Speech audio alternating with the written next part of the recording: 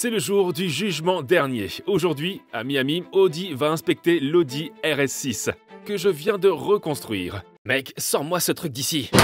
Cette reconstruction a connu des hauts et des bas, et m'a presque poussé à bout. Non, non, non, non, non, non! J'arrive pas à y croire. Quoi qu'il en soit, dans la dernière vidéo, nous avons finalement reconstruit cette voiture. Ouais!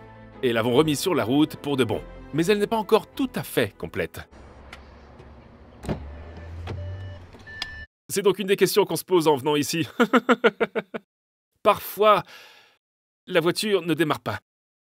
La batterie est flambant neuve.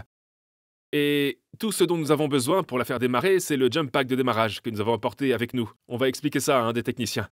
Ce qui est marrant, c'est que ça vient de se produire. Heureusement, nous sommes au bon point pour les pannes. Nous avons des professionnels. Plus tard, ils noteront mon travail sur une échelle de 1 à 10. Sur une échelle de 1 à 10, je lui donnerais... Mais pour l'instant, nous devons faire démarrer cette voiture pour qu'Audi puisse commencer à y travailler. Ouais, c'est toujours la première fois. Pourquoi? Qu'est-ce qui se passe? J'en sais rien. Il est temps de passer la main. Je me rends chez le concessionnaire pour vérifier la voiture. Et il est temps de prendre du recul et de les laisser faire le travail. On a encore beaucoup à faire dans ce domaine. Beaucoup de diagnostics, etc. PJ va nous sortir de là. C'est un homme formidable, on a une bonne relation avec Miami. Je pense qu'il va bien se débrouiller. Tu penses qu'il va donner quelle note? Un 10, je pense. Je suis confiant. Et toi, t'en penses quoi? 9,5. 9,5. S'il ne l'éteint pas, c'est un 10. Mais s'il doit la rallumer, il peut y avoir un problème. Regardez-la. La RS6 a l'air dingue, mais il lui manque quelques touches finales pour qu'on puisse dire qu'elle est définitivement finie. Les responsables d'Audi ont été manifestement surpris par la voiture, car ce modèle n'est pas disponible aux États-Unis. Je veux dire, vu que t'as cette voiture, je me suis dit... Waouh, j'aimerais que ce soit le meilleur châssis. Les C7 et les C7.5 sont mes châssis préférés. Vous pouvez pas l'avoir non plus ici, non? Voici la nouvelle RS6, la C8. Et c'est la seule que vous pouvez obtenir aux États-Unis. Je sais pas si elles se vendent bien ici, mais vous ne pouvez pas acheter la C7. La C8 est tout de même très belle. Je comprends pourquoi elles ont celle-ci et pas la mienne. Celle-ci paraît très mince comparée à la tienne. Ouais, c'est vrai, elle a l'air bien maigre. Même de l'arrière, elle a l'air bien maigre. L'Amérique a toujours eu la RS7 et la S6. Mais la RS6 n'a jamais été disponible dans le pays, parce qu'ils ne voyaient pas de marché pour elle. Et elle n'est autorisée à rester ici que pendant un certain temps. On est autorisé à rester qu'un an avec ça. Ah bon, ils t'ont laissé ici un an? Ouais. Vraiment? Un an. C'est hallucinant. Et il y a un total de 800 $ pour 4 jours d'assurance. Vraiment? Ouais. Je veux dire, je le ferai. Toutes les routes de Floride sont droites, mec. Elles sont fabriquées pour ces engins-là. C'est vrai. Oh mon Dieu! Donc, premier job. Après les courses de dragster et beaucoup de kilomètres, je ne sais pas si vous pouvez voir, mais sur ces disques de frein, il y a beaucoup de points de chaleur. Et les plaquettes ont été pas mal abîmées. On s'est dit que, tant qu'à faire, il valait mieux remplacer le disque et les plaquettes de frein, qui sont pour le moins onéreux. Mais voyons d'abord où est-ce que ça va nous mener. Allez, c'est parti, allons-y.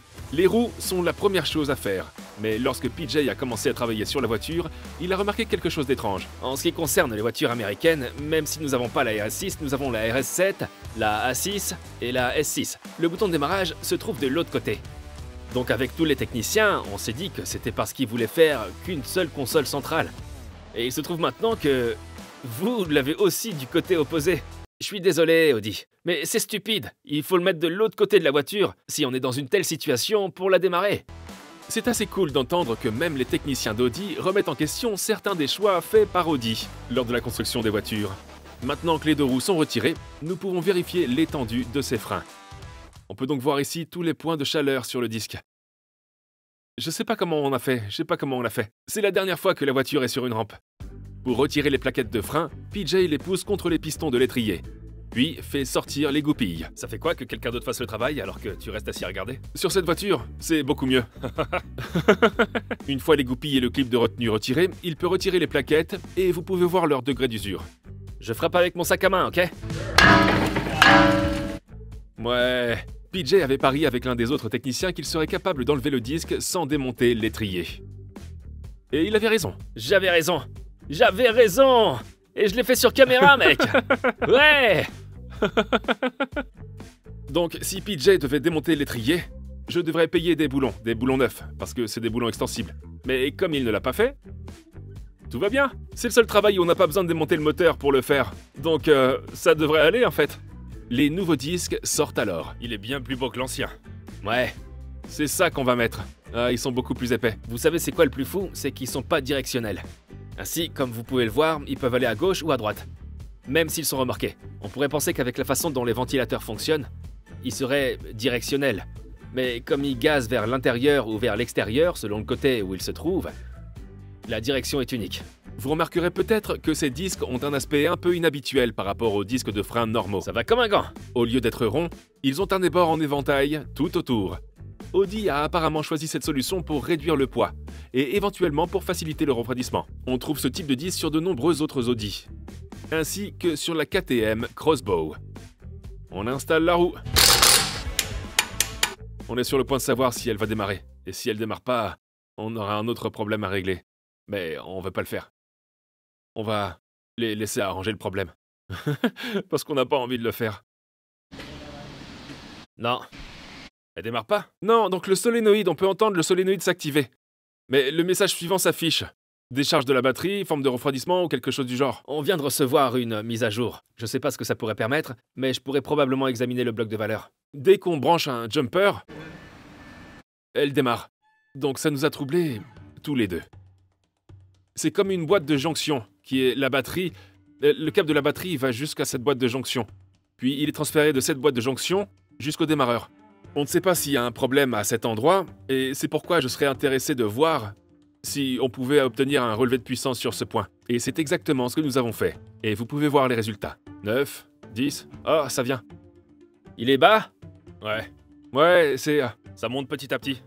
Mais ensuite, je parie que sur la batterie, on en aura 12. Seulement 9 volts à l'avant. Et sur la batterie, bien sûr, 12,4. Il y avait donc une perte de puissance quelque part. Je n'avais aucune idée de ce que c'était. On n'a pas accès aux voitures de série européennes, je suppose. Donc, il les scanne, mais j'ai dû entrer toutes les informations manuellement. Le système ne savait rien. C'est une bonne quantité de drain. PJ a branché son outil de diagnostic et a pu constater que la batterie était vidée par quelque chose. Nous ne savons toujours pas quoi. Le drain. Habituellement, avec les voitures de cette génération, du moins les voitures américaines, je ne vois pas ce chiffre plus élevé que ça. En général, j'obtiens une valeur à un chiffre lorsque les feux sont éteints, que le contact est mis et que tout est éteint, et que la voiture est juste garée là. PJ lit ensuite les codes de la voiture pour voir s'il y a des défauts. Il se passe beaucoup de choses ici. J'aurais besoin de... Vous diriez une tasse de thé, mais moi j'aurais besoin d'une tasse de café. Et de m'asseoir longuement, parce que j'ai aucune idée de ce qui est en train de se passer. Évidemment, je vais tout effacer, je vais effacer les codes aujourd'hui, et voir ce qu'on peut faire. Si tu n'obtiens que 9 volts, c'est qu'il y a un problème de câblage dans cette voiture. Ouais. Parce que il y a une chute de tension le long de ce câble ou autre. Ainsi, ce câble qui va au moteur du démarreur et celui-ci, la masse, sont réunis dans une boîte qui est au milieu. Et nous pensons que le problème va se situer entre cette boîte au milieu et là. Parce que dès que nous allons alimenter ce câble, je pense que la voiture devrait démarrer. Mais si on lui donne du courant et qu'elle ne démarre pas, cela pourrait être un problème plus loin dans le câble. Peut-être la connexion sur le moteur du démarreur. J'en sais vraiment rien. Mais voyons ce que ça donne. Vas-y, essaye. J'essaye de démarrer? Ouais. Et elle démarre. J'en ai donc aucune idée. Audi. Nous y reviendrons plus tard. Mais pour l'instant, nous devons quitter la rampe à 2 poteaux et passer à la petite rampe d'alignement à 4 roues, où PJ commencera à fixer l'équipement qu'il doit improviser parce qu'il n'a jamais l'habitude de faire monter des voitures avec des arcs prolongés.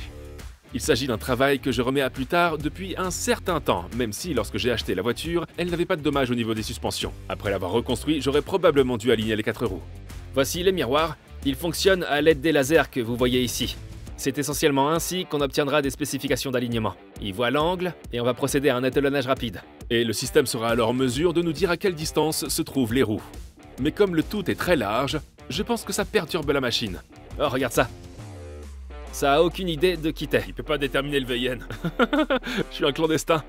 Cela signifie que PJ a dû indiquer manuellement au système quelle était la voiture, puis procéder à l'étalonnage, après quoi le système nous indiquera à quel point il est éloigné de la réalité. C'est plutôt vert à l'avant quand même. Oh, il y a beaucoup de rouge sur la face avant. Oh, ouais. D'accord. Le rouge signifie qu'il est hors tolérance et le vert qu'il est dans la tolérance.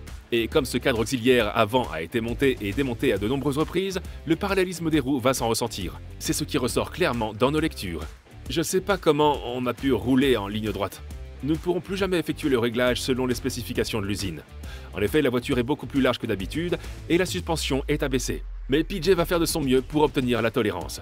Mais ce que je voulais savoir, c'est si PJ avait remarqué quelque chose d'inhabituel alors qu'il se trouvait sous la voiture.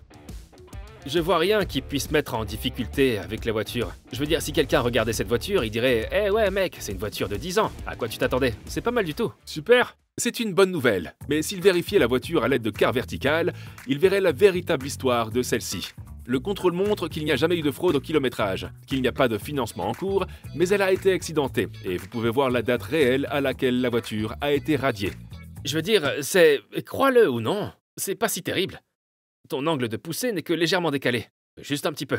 En outre, vous pouvez consulter la chronologie complète de la voiture à chaque changement de propriétaire, ainsi que la plaque d'immatriculation. Parfois, lorsque vous vérifiez une voiture à l'aide de quarts verticales, si elle a été accidentée, on peut vous montrer les photos qui ont été prises sur le site de vente aux enchères d'automobiles accidentés afin que vous puissiez voir exactement où se situent les dommages. Donc pour vérifier votre voiture sur quart vertical, cliquez sur le lien dans la description ci-dessous et utilisez le code MAT pour obtenir une belle réduction. Maintenant, les freins sont faits, l'alignement est fait. C'est l'heure du bilan de santé. Non. Non. Donc on meurt d'envie de résoudre ce problème. Et c'est sûrement un problème de connexion. Il se peut donc qu'il y ait un avenir où toi et mon père résolviez le problème. C'est nous. On vient du futur.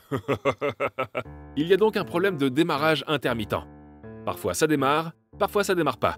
Voyons si mon père peut résoudre le problème. Je suis maintenant un technicien Audi. J'ai suivi une formation hier. Technicien Audi. Venez donc, technicien Audi, on doit régler ce problème. Nous pensons que cela a quelque chose à voir avec la boîte de jonction que j'ai mentionnée. Et pour l'atteindre, il faut enlever tout ça. Il y a des connexions électriques importantes. Et nous pensons que Matt a peut-être placé le câble au mauvais endroit. Non. Normalement, c'est ta faute. Mais Matt n'est pas là pour se défendre. On va pas le blâmer. Oh, regarde, faut nettoyer ça. Ça vient d'où, ça? C'est la preuve d'un autre problème que nous avons rencontré. Non! Pour notre défense, le jour où nous avons monté le moteur, nous l'avons démonté et remonté 3 fois dans la même journée. On pense que l'erreur vient de là. Et nous avons fini le travail vers 2h45 du matin. Ce qui explique peut-être les petites erreurs, comme le fait de ne pas avoir serré le fil de terre sur le démarreur. Oh, je vais le chercher. Attends. C'est ma faute? Ouais.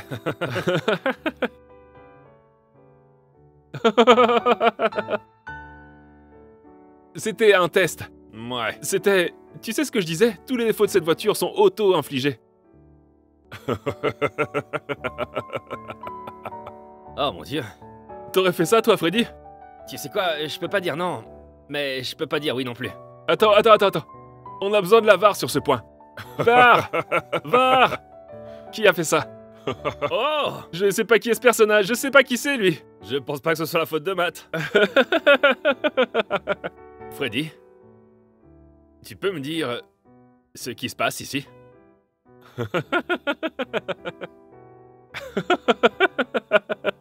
Vous savez quoi, les gars? Vous venez chez moi. Vous utilisez mes installations et c'est comme ça que vous me remerciez? Je sais pas, ça te ressemble juste beaucoup. Pourrait-il s'agir d'un frère jumeau? J'ai l'impression qu'à chaque fois que je touche une voiture, tu dois vérifier mon travail. Ok? Ouais. Que dit mon bonnet? HWT, Hard Work Beats Tabarich. Bon, c'est réparé. Retour à Audi. Nous y étions. Des mois de travail acharné pour reconstruire et modifier l'Audi RS6 de mes rêves, qui a fait tout ce chemin jusqu'aux États-Unis. Quelle histoire pour cette voiture! Et enfin, elle a été évaluée par Audi à Miami. Et je suis sur le point de savoir ce qu'ils en pensent en tant que voiture en général. PJ, t'as été formidable devant la caméra et dans la voiture également. Maintenant, t'as vu sous la voiture, t'as vu autour de la voiture. Ce qu'on veut savoir, c'est qu'est-ce que t'en penses de manière générale? Est-ce que tout a bien été installé? Tout va bien avec la voiture? Donne-nous une note sur 10 qui englobe la reconstruction et la construction générale de la voiture. Tu sais quoi, honnêtement, j'ai déjà vu cette voiture, mais la voir en personne, c'est vraiment quelque chose de vraiment spécial et je l'adore. Je dois dire qu'elle est unique en son genre. Je l'ai regardée par-dessus, par-dessous, par-dedans, et tu sais quoi? Depuis le temps que je suis sur le terrain avec les voitures, je peux dire avec assurance qu'elle a déjà vécu pas mal de choses, et qu'elle a subi des reconstructions. Mais en dessous, elle est superbe, plus belle que la plupart des voitures de 10 ans que j'ai vues. Et je veux dire, elle est en bonne santé, les écarts entre les panneaux semblent corrects, et je te l'ai dit, il y a des marques EV dont je citerai pas les noms, mais il y a beaucoup de marques sur lesquelles le travail n'est pas aussi bien fait. Le dessous a l'air fantastique, je te l'ai dit, tout le matériel était là. Je veux dire, je sais qu'elle a fait du tout-terrain et que certaines choses sont un peu sales, mais tout est là et tout est intact. Je lui donne donc son certificat de bonne santé, et sur une échelle de 1 à 10, je dirais qu'il s'agit d'un 7, peut-être un 8. Cool, ça me plaît, ça me plaît. T'as dit que ce serait un 10?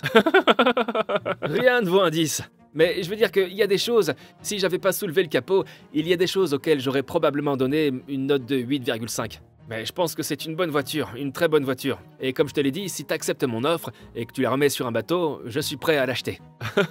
On verra bien, donc vous l'avez entendu.